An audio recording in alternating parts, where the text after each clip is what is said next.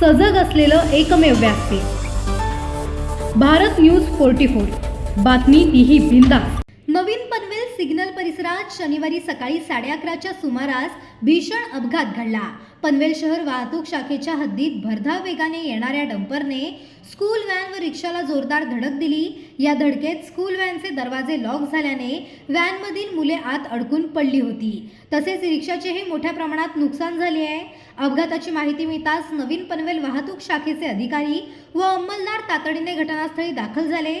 त्यांनी परिस्थितीचे गांभीर्य ओळखून स्कूल व्हॅनच्या खिडक्यांच्या काचा फोडून आत अडकलेल्या 12 मुलांना बाहेर काढले। रिक्षा चालकही रिक्षात अडकला होता। पोलिसांनी स्थानिक नागरिकांच्या मदतीने त्यालाही सुरक्षितपणे बाहेर काढले। या अपघातात रिक्षा चालक, रिक्षातील एक प्रवासी तसेच स्कूल व्हॅन मधील 2 मुले जखमी झाली आहेत। सर्व जखमींना तातडीने उपचारासाठी रुग्णालयात दाखल करण्यात आले आहे। दरम्यान घटनास्थळी संतप्त जमावाने डंपर चालकाला मारहाण करण्याचा प्रयत्न केला, मात्र वाहतूक पोलिसांनी वेळीच हस्तक्षेप करत कोणताही अनुचित प्रकार घडू न देता डंपर चालकाला पनवेल शहर पोलिसांच्या हवाली केले।